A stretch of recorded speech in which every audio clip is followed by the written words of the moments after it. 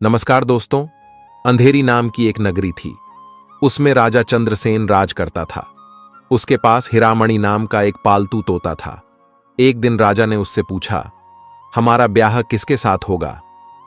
तोते ने कहा, तुम्हारा ब्याह मगध देश के राजा की बेटी चंद्रावती के साथ होगा। राजा ने ज्योतिषी को बुलाकर पूछा तो उसने भी यही कहा। उधर मगध देश की राजकन्या के पास एक मैना थी। उसका नाम था मदन मंजरी। एक दिन राजकन्या ने उससे पूछा कि मेरा विवाह किसके साथ होगा, तो उसने कह दिया कि अंधेरी नगर के राजा चंद्रसेन के साथ। दैव योग से कुछ समय बाद दोनों को विवाह हो गया। रानी के साथ उसकी मैना भी आ गई। राजा रानी ने तोता मैना का ब्याह करके उन्हें अपने शयन कक्ष में ही रख लिया। एक दिन की बात है, तोता मैना में बहस हो गई। मैना ने कहा, पुरुष बड़ा पापी, विश्वासघाती और अधर्मी होता है। तोते ने कहा, स्त्री झूठी, लालची और हत्यारी होती है। दोनों का झगड़ा बढ़ गया तो राजा ने उनसे कहा, क्या बात है, तुम आपस में लड़ते क्यों हो? मैना ने कहा, महाराज, पुरुष बड़े बुरे होते हैं। इसके बाद मैना ने एक कहानी सुनाई। कलापुर नगर में महाधन नाम का एक सेठ रहा करता था। विवाह के बहुत दिनों के बाद उसके घर एक लड़का पैदा हुआ। सेठ ने उसका बड़ी अच्छी तरह से लालन पालन किया, पर लड़का बड़ा होकर जुआ खेलने लगा। इस बीच सेठ मर गया।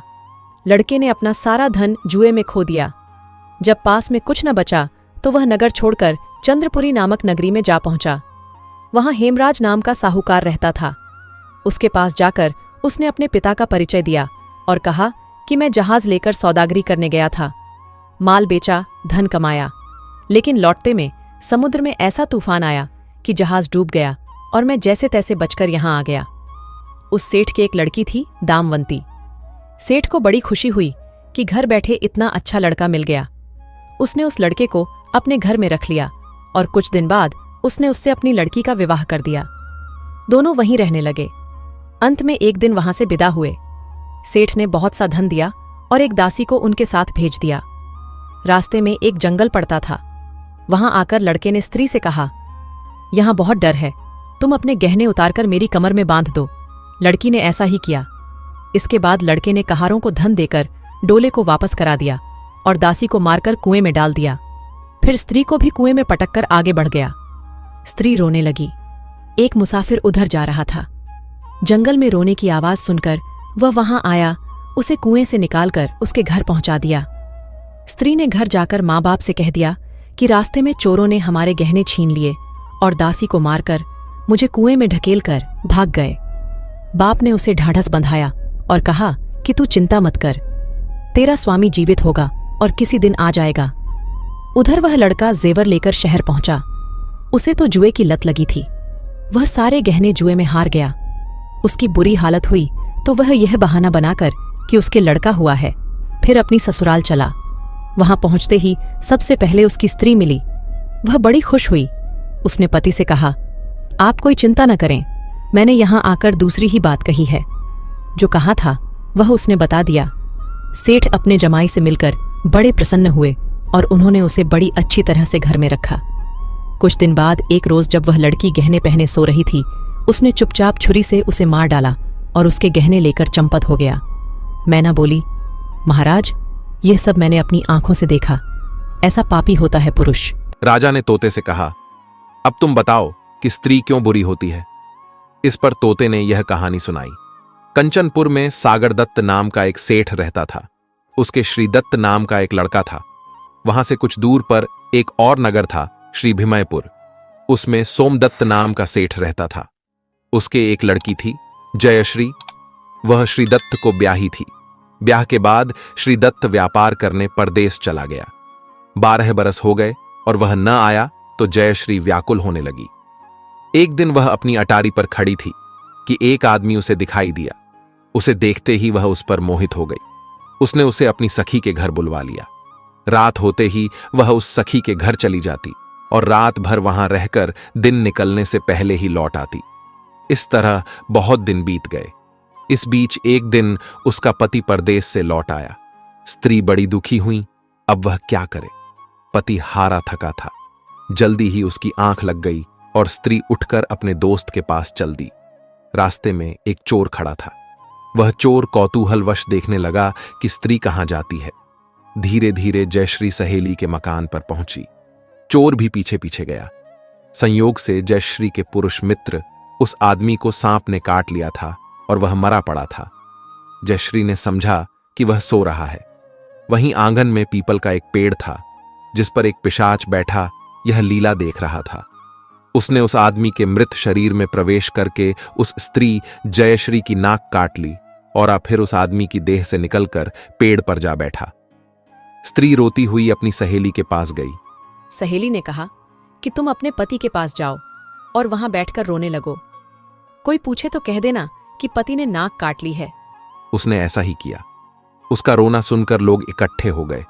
उसका पति जाग उठा। उसे सारा हाल मालूम हुआ तो वह बड़ा दुखी हुआ। लड़की के बाप ने कोतवाल को खबर दे दी। कोतवाल उन सबको राजा के पास ले गया। लड़की की हालत देखकर राजा को बड़ा गुस्सा आया। उसने कहा, इस आदमी को सूली पर लटका दो। संयोग से राजा जब उसे सजा सुना रहा था, वह चोर भी वहां खड़ा था।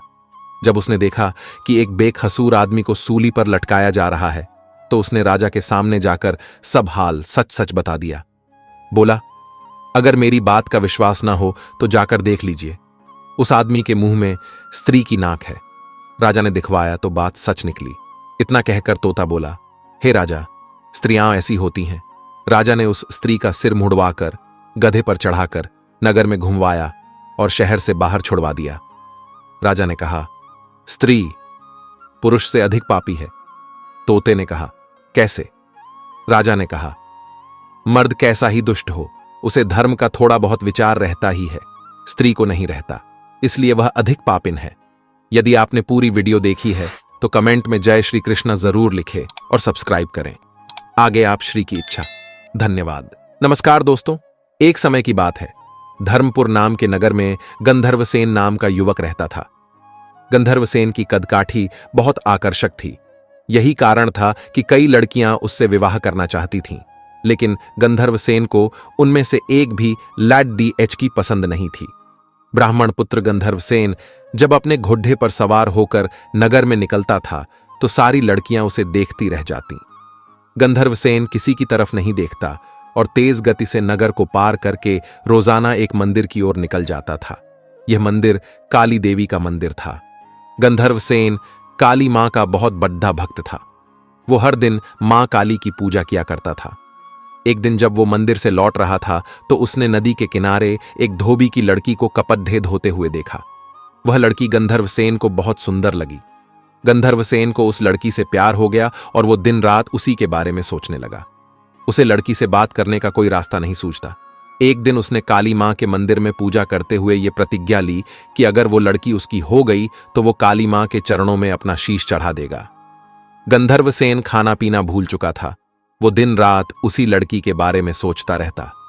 इसका परिणाम यह हुआ कि गंधर्वसेन बीमार हो गया। गंधर्वसेन की बीमारी की खबर सुनकर उसका सबसे अच्छा मित्र देवदत्त उससे मिलने आया। अपने परम मित्र को बिस्तर पर पड़ा देख देवदत्त ने उसकी उदासी का कारण पूछा। गंधर्वसेन ने देवदत्त को अपना हाल सुनाया और बोला कि उस लड़की से अगर मेरा विवाह नहीं हुआ तो मैं मर जाऊंगा। देवदत्त अपने मित्र से बहुत प्यार करता था, इसलिए उसने लड़की को ढूंढने की ठानी। देवदत्त उस लड़की को खोजने में सफल हुआ। देवदत्त ने उस लड़ी डीएचकी के पिता से कहा कि अपनी बेटी की शादी गंधर्वसेन से कर दें। लड़की के पिता ने सारी स्थिति का जायजा लिया और अपनी बेटी का विवाह गंधर्वसेन से करा दिया। शादी को 5 दिन बीत गए और गंधर्वसेन उस प्रतिज्ञा को भूल चुका था जो उसने काली मंदिर में ली थी। एक दिन सपने में गंधर्वसेन को अपनी छाया दिखाई देती है। उसकी छाया उसे वो प्रतिज्ञा याद दिलाती है और कहती है कि अगर तुम ये प्रतिज्ञा पूरी नहीं करोगे तो स्वार्थी कहे जाओगे। अगले दिन गंधर्वसेन को अपनी गलती का एहसास होता है और वो काली मंदिर में अपनी बलि देने के लिए तैयार हो जाता है। वो अपने मित्र देवदत्त को बुलाता है और उससे कहता है कि मैं, तुम और तुम्हारी भाभी मंदिर चलते हैं। मैं मंदिर में अंदर पूजा करूंगा और तुम बाहर अपनी भाभी का ध्यान रखना। देवदत्त मंदिर चलने को तैयार हो जाता है। दोनों दोस्त उस लड़की के साथ मंदिर पहुंचते हैं। गंधर्वसेन मंदिर के अंदर अपनी प्रतिज्ञा पूरी करने चला जाता है। देवदत्त और गंधर्वसेन की पत्नी बाहर उसकी प्रतीक्षा करते हैं। बहुत समय तक जब गंधर्वसेन बाहर नहीं आता तो देवदत्त मंदिर के अंदर चला जाता है। देवदत्त अंदर जाकर देखता है कि गंधर्वसेन ने अपनी तलवार से अपना सिर काटकर काली मां को बलि चढ़ा दिया है। यह देखकर देवदत्त घबरा जाता है। देवदत्त सोचता है कि कोई भी व्यक्ति यह यकीन नहीं करेगा कि गंधर्वसेन ने अपनी हत्या खुद की है। सब ये सोचेंगे कि देवदत्त ने अपने मित्र को मारा है ताकि वो उसकी पत्नी से विवाह कर सके। इस आरोप से बचने के लिए देवदत्त ने गंधर्वसेन की तलवार से अपना सिर भी काट लिया। थोड़े समय बाद गंधर्वसेन की पत्नी अपने पति और उसके मित्र देवदत्त को खोजने मंदिर आई। वहां दोनों मित्रों की लाश देखकर वो डर गई। उसने सोचा कि लोग उन दोनों की हत्या का आरोप मेरे ऊपर लगाएंगे। इस लांछन से अच्छा है कि मैं भी मर जाऊं। जैसे ही उस लड़की ने अपना सिर काटने के लिए तलवार उठाई, वैसे ही वहां मां काली प्रकट हुई।